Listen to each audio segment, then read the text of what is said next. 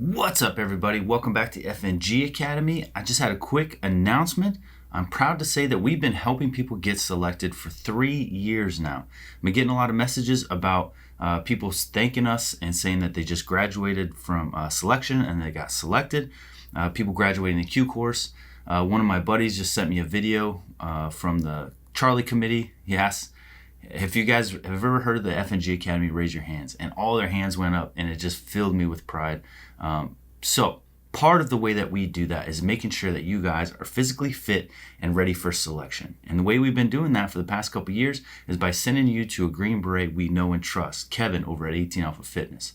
So if you want to get selected, you need to be in the best shape possible, and you need a programmer who knows what they're talking about. So go check out Kevin over at 18 Alpha Fitness. Use code word BUCK to get a discount. Tell him we sent you and hook you up. Congrats to everyone who's been getting selected lately, and we'll see you guys on the next one.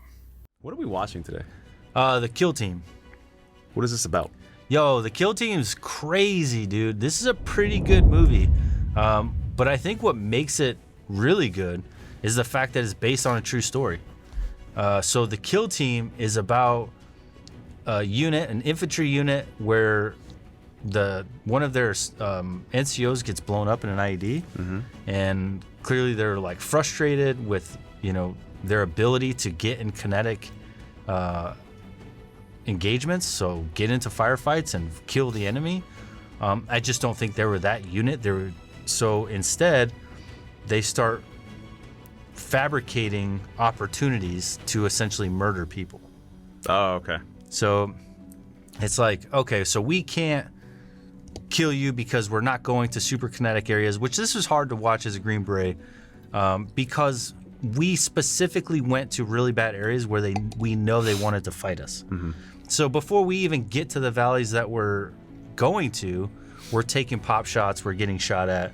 Like, they're letting us know, stay the fuck out of here, or it's going down. Yeah. So like, but that's what we wanted. So we never had to fabricate a reason to get into it. Like, everything we wanted is there. So to see these guys have to feel like they have to go down this super immoral path just to get some kind of action or some, retribution for what happened to them is just bizarre to me.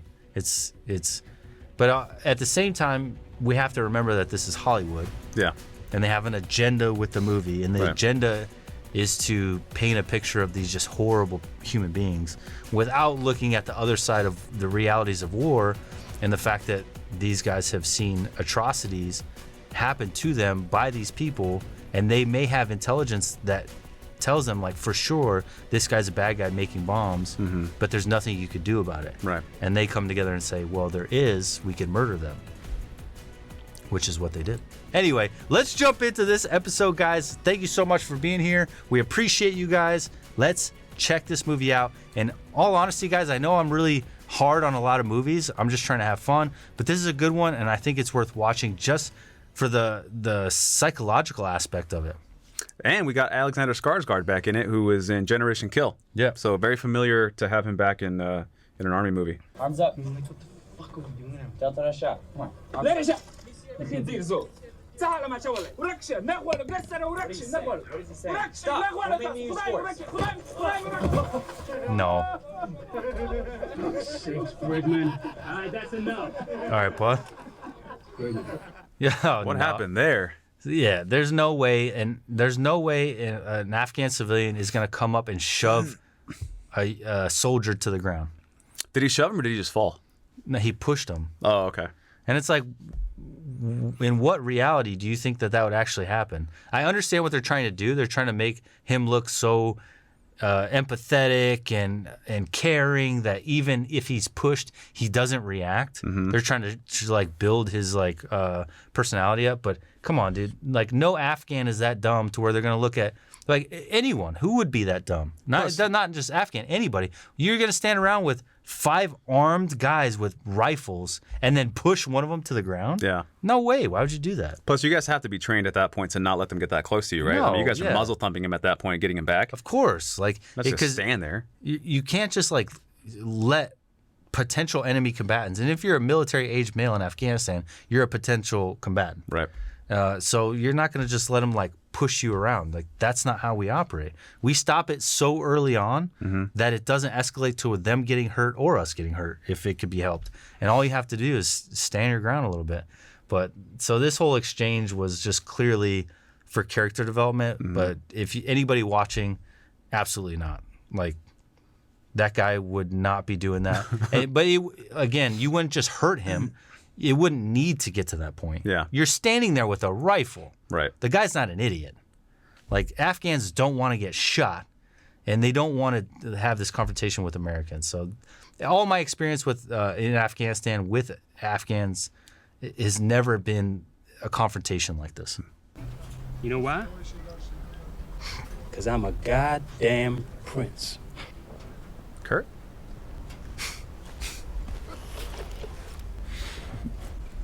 Assalamu alaikum. Yosh! Bro! Yeah. All right, boss. What? So, go ahead. What happened? You stepped on an He ID? stepped on an ID, yeah. Oh my, with that many people standing around, they had one sitting there? Exactly. No, that wouldn't. okay. Yeah, like, that's ridiculous. So you're standing in the middle of their home, right? Like, that's how the homes are set up, where it's little compounds. You're in the courtyard essentially. Why would there be an IED in some Afghan's courtyard? Like, are you gonna place an IED in the middle of your house? No, you're gonna forget it's there. Yeah, that's just stupid, and especially something with a pressure plate and not initiated remotely. It's absolutely asinine. There's kids everywhere. There's people everywhere. Yeah. You guys have obviously been in that compound for a while. Right. You're like interviewing people. You're getting pushed on your ass. So like that IED placement wouldn't be there. The whole point of that section is to show that they cared for this staff sergeant. He's a good staff sergeant. He is he's about the mission, which is hearts and minds, regardless of his soldiers not being on par with that or not being in agreement with that mission. It doesn't matter. He's setting the standard. This is our mission, hearts and minds, like it or not, get over it. And that's how military works, right? It's like, I don't care if you like the mission or you want to be out a shooter. If you want to be a gunner, go to selection, go to Ranger Regiment, because right now, this is what we're doing. So, you know, they're trying to show that they really cared about him, and then he got blown up, and that leads into their anger, their frustration, their resentment, and the fact that now they're going to choose to do something about it.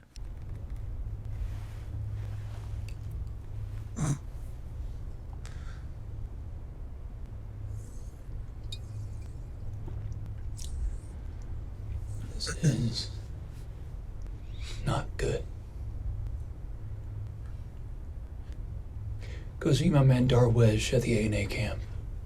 He'll get you the primo shit.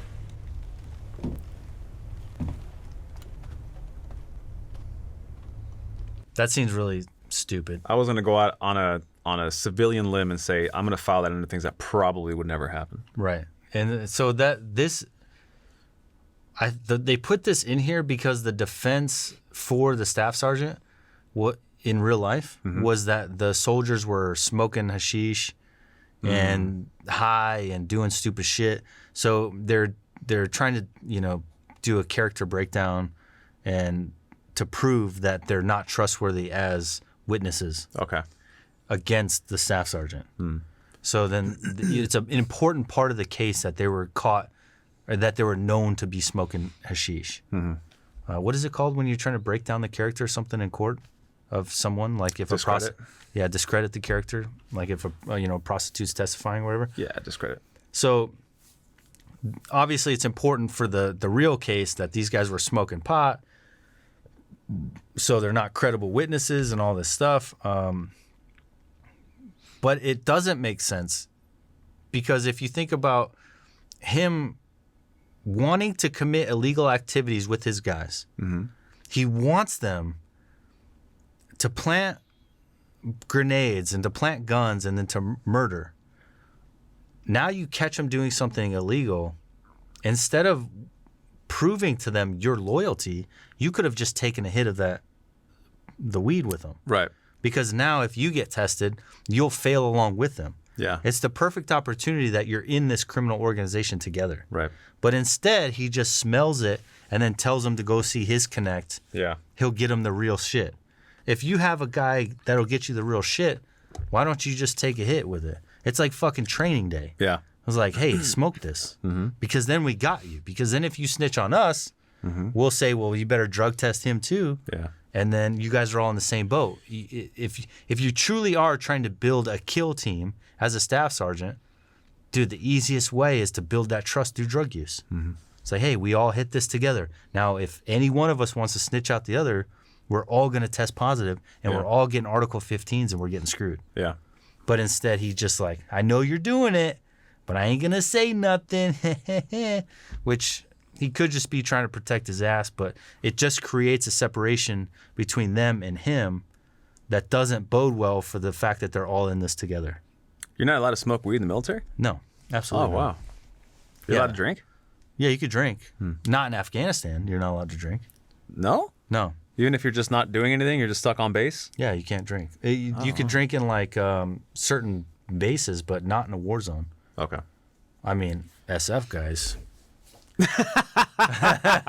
What are they? These is just an infantry unit. Okay. And I don't mean to degrade them. It's just they're an infantry unit, and that's important to distinguish. To distinguish is like these infantry guys. Okay. They're not a soft unit or anything like that. And that's where the frustration comes from, is they don't get to do target hits and go to where the really bad guys are. They just do what they're told. And in their cases, it's a hearts and minds, which is hugs and kisses, handing out candy, which clearly frustrates these guys. Good. So do you like a cookie? Medium rare, staff sergeant. Medium rare. Come right up. Hey. What? Don't forget your reading material. Enjoy. Brigman? Bloody. Fucking caveman. 3-2 and 3-3 will approach on the main road from the north. First of all, Brigman's eye contact is so creepy. Dude. Like, Brigman wants to his staff sergeant so bad. He's like, bloody. He's like, caveman. Like, gosh damn, boys, calm down. You could fuck each other on your own time. But second, what people may not know is you think, oh man, staff sergeant's cooking up these bomb-ass steaks. Afghanistan steaks suck ass.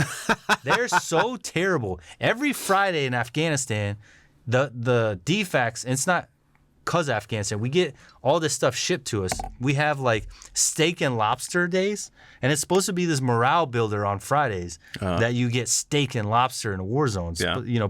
A pick-me-up. But the steak is garbage, dude. And there's no way to have it medium rare. It's these thin, disgusting, taste like not like real meat kind of steaks.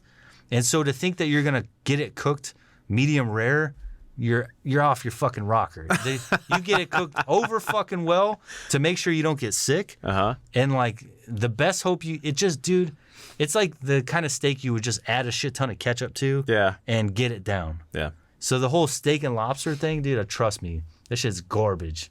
And any soldier out there that had Afghanistan Friday steak and lobsters is going to tell you that shit was not good. And most of the time, they just skipped the steak and lobster and got the normal shit like mac and cheese and fucking spaghetti, because you can't mess that up. Exactly, yeah. But what some hotshots decided to do was to get the steaks, and then they thought they can cook them themselves so they'll actually be good. But it's like, no, it's just shitty meat. What were you guys eating aside from that? Like if it wasn't Friday? If it wasn't Friday, this is like random stuff. So it'll be like fish, which is disgusting because it's gross. It's just baked fish. Yeah. It'll be spaghetti. Dang, what else do we have? It's always mixed vegetables, like tons and tons of like the steamed mixed vegetable bags. Yeah. So like, the bags you get out of the freezer. Right. It's not good. None of it's good. That suck. So even Friday, when it's more about counting your Fridays, steak and lobster day, and knowing that you're one more Friday down, right, than it is about the steak and lobster. But we try to do that too, where you'll get the steaks from the Defat, cook them yourself, thinking that the cooks are just not good at making them. Yeah. And you're like, no, you can't make it better. I've done that before. I've taken like shitty steak in whatever situation and be like, oh, but I'm gonna cook it good. Yeah. It's like, no, chewy's chewy. It started its life chewy. You cooked it. It's chewy. Yeah. It doesn't matter what you do with it. It's just shit. I'm going to let it sit out for a couple of hours. Then I'm going to cook it, sear it slightly. Then I'm going to put butter on it. Chewy. Still chewy shit. Still chewy, yeah. So all those privates, and then he's like handing them porn mags. And that's just one more thing where that was their reading? Yeah, it's like take your porn mag. It's like I'm good, bro. I got a fucking spank bank up here that'll last me. I got a Loctite vaulted spank bank. Yeah.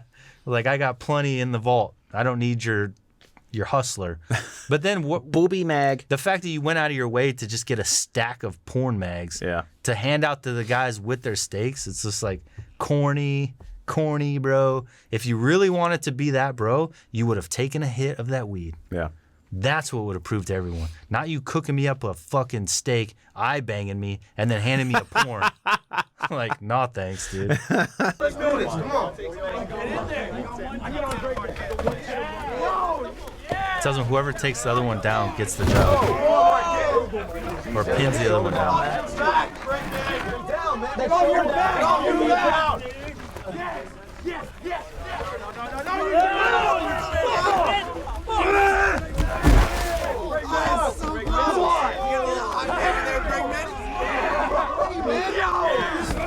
All right, pause. Yo, Briggsman just licked him in the ear, dude. He was like, and then like obviously the guy gave up because he's not gay.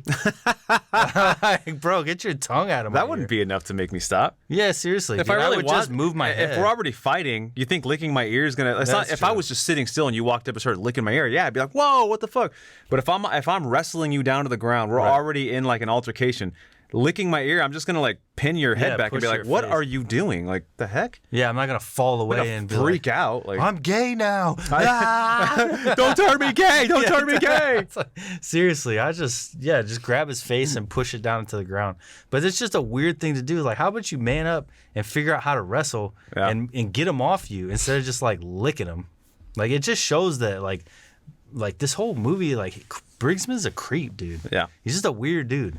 I would never resort to that. I'd rather just lose the job. Yeah, he's like making eye contact with a staff sergeant. He's like ass kissy. He's ear licking. He's like he gets like bullied by Afghans. Don't ask, don't tell. Yeah, I don't have any issue with you being gay. You just look. This movie's making him look just like strangely weird and weak. Yeah, it's almost like he's supposed to be the hero that like snitches and you know and is the whistleblower.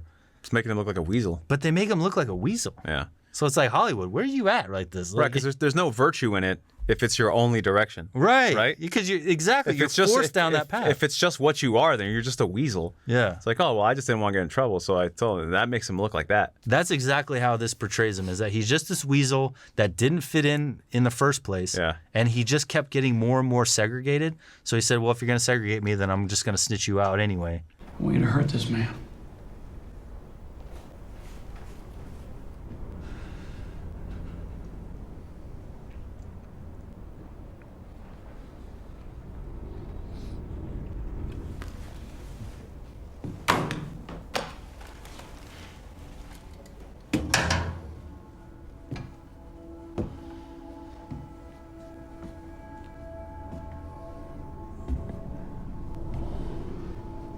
This is another thing that kind of like comes off as ridiculous to me is another company picks up a dude that they suspect knows who planted an IED. Uh-huh.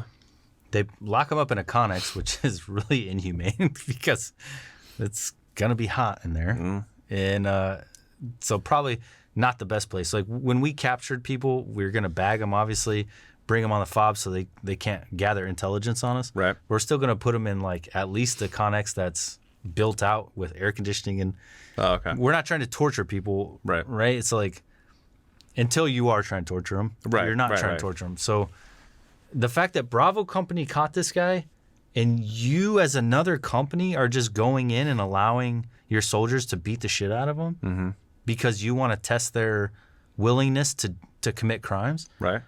What happens when Bravo Company goes back to get their guy, or Bravo Company tells whoever is going to interrogate him to try and figure out, who's the IED maker, goes back, and all of a sudden he's got the dog shit beat out of him. Yeah. They're going to be like, who the fuck did this? That's not just going to be something that gets swept under the rug. You can just say no to this guy, right? Of course. Huh. It's a legal activity that you know you're not supposed to do. Of course you could just say no. Yeah, fuck you. It's because they're trying to portray it like he's like, they want his approval so bad. It's like, he's a staff sergeant. Like, what's the big deal? Mm-hmm. Anyway, I just don't understand how you could think that you could just go in and like beat the shit out of POW that another company got without that other company asking questions about how he got beat up. Right. So you have to assume that whoever caught him from Bravo Company is also okay with you conducting all this activity and doing whatever you want, and then they have to cover for you. Yeah. It just doesn't make sense. There's too many people getting involved. There's going to be people that aren't okay with it and that are whistleblow on you immediately because they don't want to go to jail. Right. Yeah. Well, they're leaving red flags everywhere. Everywhere. How are you not going to eventually get caught when you're doing shit like that? Yeah. You're just leaving these breadcrumbs of just in it like criminal activity. So obvious. Yeah. Hey. Hope you don't mind we started without you.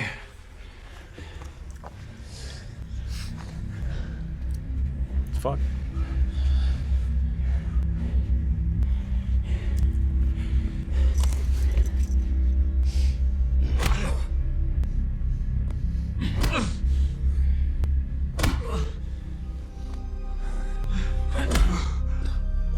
So some more fuckery. So they think this guy, Briggsman's is telling his parents through chat what's going on. Okay. So his parents are contacting JAG to whistleblow on him. Okay. And they think that this guy's a snitch. So now all of a sudden they have a team meeting to jump him and to beat his ass. So you choose to jump him and you mess up his face.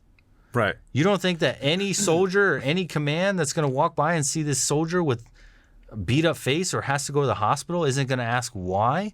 That sitting on the fob, you're clearly got into a physical altercation with who? Who's the other person? Right. This is an Article 15 offense. If you're just getting in fights with people or you got jumped, you can't just like go to the hospital and be like, I fell down the stairs. Like, that's not how it works. So again, it's just this giant red flag that there's no way would not be followed up on. And this is supposed to be accurate. This is supposed to be based on real events. I don't buy it. This is some fuckery going on. There's like here. no common sense there at There's all. no common sense. Like maybe if the way that they beat him was in order to hide the bruising, so maybe they did a blanket party, held the blanket down over him, and phone booked his torso. Yeah. So that way they could really just beat the hell out of him without leaving visible marks. That would make more sense. Yeah. But just straight up having the staff sergeant wreck in his face, like who's not going to find out? Yeah. And then obviously he goes to the hospital and then snitches on everybody for what's been going on. Oh, also, you're beating the shit out of somebody who knows everything, all the dirt about you. Right. You're giving him more reason to go snitch you out. Right. There's a lot of fuckery going on with this movie that if you just think that this is how it went down, you're smoking crack because there is no way that this is how it went down. I'm not saying it didn't happen. We know that this happened, but this is not how it happened. I can almost guarantee that. Well, you got to make a movie. Right.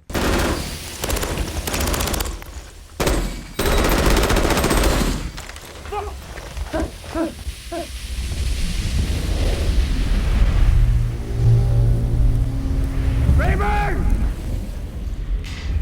Where are you? Is that you?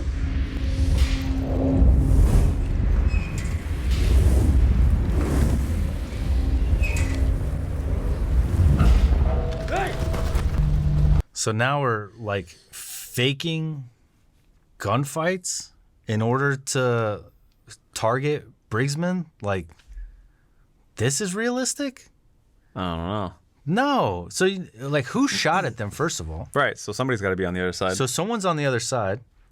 And then your plan is to pop smoke in the middle of a compound surrounded by cover and concealment? Mm-hmm. And then you're just, like, running around and leave Briggsman by himself? And then he has to break into a compound to get cover? The whole thing is just asinine. It doesn't make any sense. Like, yeah. You would have to then shoot him with an AK to make it look real, and then plant that AK on somebody. the whole thing would have to be very well orchestrated for it to make sense. Right. Otherwise, he's going to get medevaced, and if he doesn't die, you're screwed. And then if he does have a bullet wedged in him, it's going to be 5.56, so you're screwed. Right. Because obviously, who the fuck shot him if it wasn't for you? And why were you in that position? And now you have some explaining to do. But then they don't kill him? So we're just supposed to believe that, like, it kept getting gradually worse, the fact that he was going to snitch, that his life was on the line, so essentially he had to kill somebody to join them. It's like, this is so spoon-fed in order to tell the story that they wanted to tell. Again, I think it's a great movie, and the fact that it's based on real life is really cool. It's just, there's just too much fuckery to think that this is the truth. Right. It's just not how it went down. Like, anybody who's got half a brain could realize that this isn't adding up. I think it sucks anytime you have a story that you have to make into a movie, because there's never enough. There's never going to be enough, right? You can read typically like what happened, right, without having to go into an hour and 40 minutes of detailed movie that's going to keep people engaged, and that's always going to be the conundrum when it comes to movies. So 3. Cooking a grenade. He didn't let the spoon fly out. 1. It's a Russian grenade, so they have an excuse to kill him.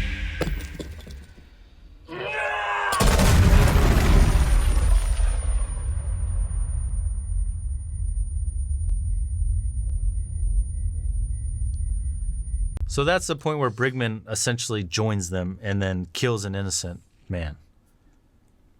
And now he's in.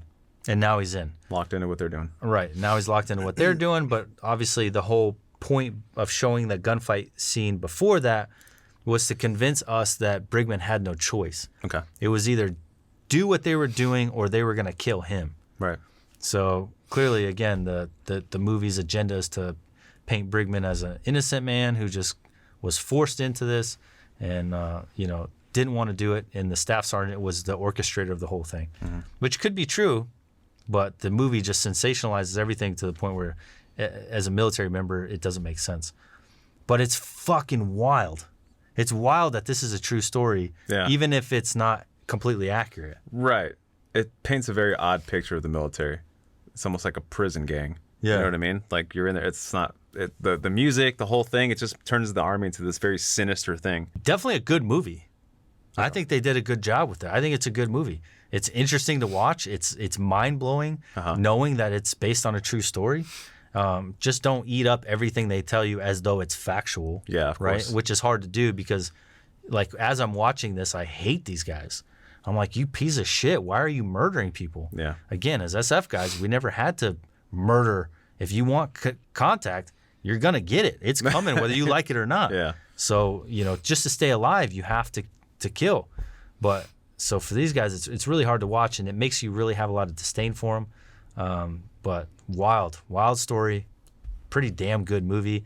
Wasn't what I was expecting because I didn't know it before. Oh, okay. So if you guys haven't checked it out, I highly recommend this movie. Just take it with a grain of salt. Maybe do a little research on it beforehand, read up on it, and then watch it. I think that's a good balance. Yeah. Of the information that's out there, read up on it, get some facts, and then watch the movie. Now you'll have a little bit of both. You got the little bit of, you got the factual accounts with the dramatized account, and then together it makes like a really, unfortunate to say because these guys are in prison and innocent people died, but it makes for a good experience as a movie. So, all right, guys, hope you enjoyed that episode. Make sure you go check out our Patreon if you enjoy what we do and support us. We really appreciate it. It's Patreon.com/FNG Academy, and it's called the Team Room. So you could also just Google FNG Academy Team Room, and that'll pop up. We have, motivational content. We got stuff to help you guys get selected. The Ruck Trainer drops are happening. We're trying to get them out once a month. Again, I'm putting it together myself and then shipping them out to you guys. So bear with me. I'm only one man, but I'm doing my best. We'll talk to you guys next time. Peace.